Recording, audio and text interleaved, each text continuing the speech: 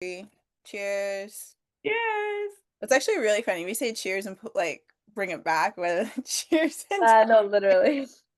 whatever. Anyway, hello everyone. Welcome to this episode of The Changing Room, the show where we discuss quick topics and give our quick opinions. We're back with three new topics for this week. And I believe, and I say this as I So did you start. started last I time. did start last time. We're keeping I track. checked. And so this week we'll have Rayna start it off. And first topic is going to be community building. Some examples of what we mean by this are the Jacquemus pop-up and the diesel scavenger hunt that we just saw at Milan Fashion Week. And so whenever you're ready, Rayna, Perfect. kill timer going. So I actually wrote a Substack about this a little while ago about if it's a better marketing tactic to kind of hone in on exclusivity or community building when it comes to like more highbrow fashion brands. But you have like a Phoebe Philo who like she doesn't even have her comments on her Instagram. You can't tag her in a photo. And then you have like the Diesel scavenger hunt that they didn't even do a show. They wanted it to be so accessible to the public. I'm literally at 30 seconds, so I'll get into my actual opinion after. Fuck, I hate that. Literally. Okay, stop. Let me reset. Okay, three, two, one. I'm starting. I feel twofold about this. One, I'm like, I love any project or any what what am I saying? Any tactic that's more of like give the power to the people. So I feel like these community building type interactions with big fashion brands allow the average customer or maybe the person who can't be the average customer access to the brand, but then it also feels kind of like trickery. Like it's like at the end the goal is sales. So it's like bring it to the people so I can take your money. But so I feel kind of twofold about that. Damn, Yeah. I wasted like 10 minutes stuttering. We'll try again on the next go round. Yeah, I definitely agree. Like, and the my negative feeling towards it is like for the Jacquemus pop-up where everyone got like a piece of wheat in New York. I'm like, okay, so now you're making like innocent people, granted, they're choosing to participate and wait in line for 2 hours for a piece of wheat. It just feels like kind of a weird marketing tactic to me. Like I wouldn't join in on that. Therefore, I don't see the value in it other than it's building hype around the brand. And like to me, I'm just like, all right, so they know that if they can't get sales out of you, they're gonna at least get their free marketing. Yeah, very fair. I think it's kind of hard to know the true intention of the brand at any given point.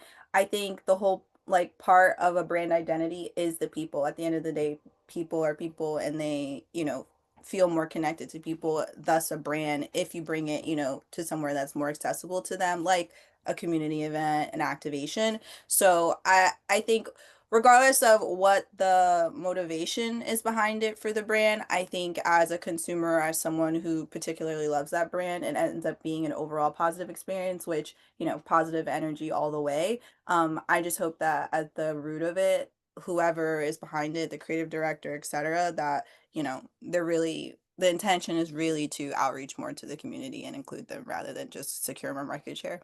And I went over, but I don't care.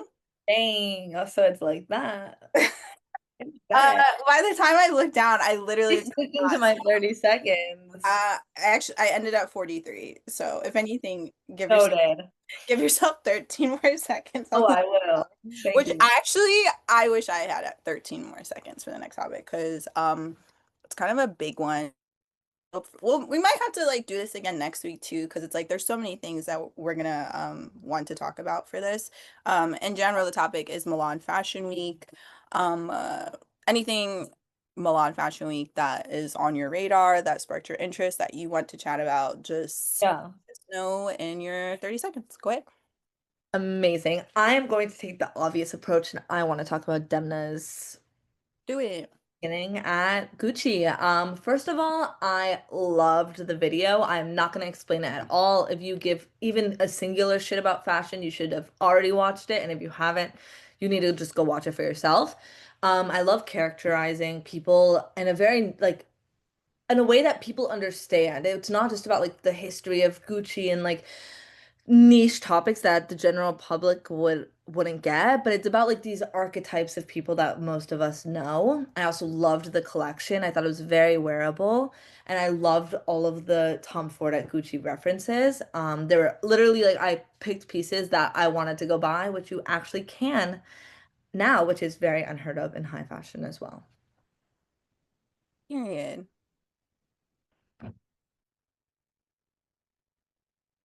Oh, stop. Reset. Okay, run, two, three, go. I won't speak too much on Gucci because I'll let you, that'll be your topic, but as far as the pieces themselves, okay, like it wasn't anything crazy to me, but I love the theme and I love the continuity behind adding like a short film to it. I loved the people cast in the short film. If you are into like movies or cinema like that, Kiki Palmer, even Alia Shawat, I think I'm saying her name right. If you know her, there's like a show like she's an icon as well. So it's like I like the energy that this is going. We'll forget about Balenciaga. He got Yes. he got the pass. Balenciaga what just off this. Damn. And ended up spending the full fucking 30. See, it's okay. How did that happen? Obviously, 30 seconds is nothing. Okay, I don't know this 30s working team. no, it's working. We just have to get more aligned with our thoughts. We're Yeah. both just like before I start talking and then spend all of our time. Yeah, you're right, you're right. Okay.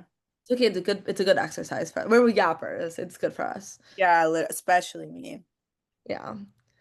Okay, so what I was saying is like no, most of the time, so this was like the spring summer collections. Therefore, after Fashion Week, there'll be viewing, then there'll be buyers. I mean, like for what I mean by that is like buyers at Neiman, stuff like that, Saks, whatever.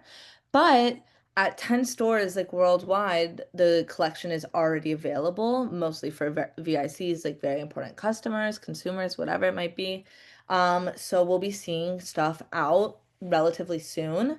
Did I think it was the most mind-blowing thing? No, but Gucci sales are so dog shit right now that they need sales. So that's why I think this will sell really well. All right, let me get my timer. I'm really not going to talk about Gucci, even though I have. Okay, three, two, one. Moving away from Gucci, some other shows, Fendi, honorable mention, very heavy on like the color blocking, which I definitely thought was something fun and refreshing. What I need to say is there's like a print on one of like the patterns that they use on the sheer print that kind of gave me Marine Serre moon print, and I was just like, wait, what is going on? We'll put a picture there. I did not really love that because that's one of my favorite brands, so don't be taking my girl shit. Um, Jill Sander, I have my thought on that, but that's a favorite of mine. Dare I say it was a little too clean, boring, I don't know. Etro, very fun for the Maximalist girlies, love that. Knowles, what is this Nike collab? I don't know.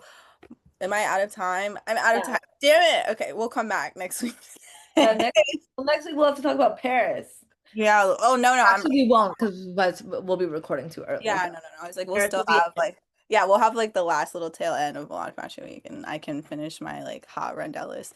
Low key, we should have just like for Milan Fashion Week, like no breaths, like run down each show and give like you like literally. give one word response to each show. Low key, no, that should be after Fashion Month is over. That should be like we should do like a special episode and we literally do on every single like calendar show. We Yeah, give a one word thought. literally. Kind of fuck with Hot, that. not ugly, fun, colorful. Yeah. What Old, the fuck? Yeah. current, stale. Yeah, literally. I love that. And no breaths. You have to like time ourselves. Yeah. All right. Okay. And so, speaking of Nike Knowles collab, oh shit, sorry team. My or our final topic is going to be the Nike Skims collab, which this feels kind of full circle. Our first our first episode we talked about a Skims collab. And so here we go, talking about another one. Um, Yeah. I'll let you take the floor. Perfect. First of all, I feel like we've been talking, not us, but like, they announced this collab. I feel like it was 5 years ago. It wasn't. I don't know when it was. It feels very, very long time ago. I was no longer excited about it by the time it came out. Not that I was ever really excited about it. I could give less of a fuck. I love how people online are comparing it to Yeezy. I'm gonna do the exact same thing right now. It was giving Yeezy, and it's giving the same thing that Skims had on their website. It's giving what Nike's been kind of trying to shift into in the past 2 years, anyways.